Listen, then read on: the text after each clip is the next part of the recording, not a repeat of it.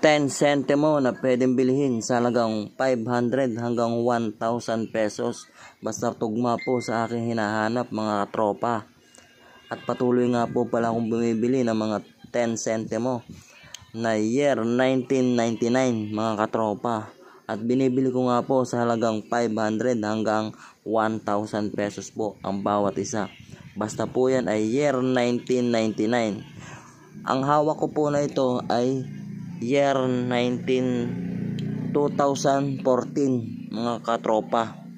Ang hinahanap ko po ay yung year 1999 na 10 centimo. Yan po, makikita nyo po yan.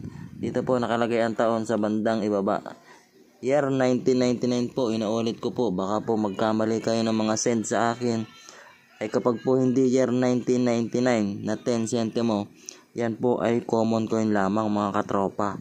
Kaya po, i-check nyo pong mabuti yung mga luma nyong barya dyan. Baka po meron kayong year 1999. Opo, inuulit ko po, year 1999. Yan po ay hard to find at rare. Pwede po yung bilhin sa halagang 500 hanggang 1,000 pesos ang bawat isa, mga katropa. Kaya po, lahat po na may lumang barya dyan, i-check nyo pong mabuti ang barya nyo. Baka po nasa inyo na ang matagal ko nang hinahanap na hard to find coin.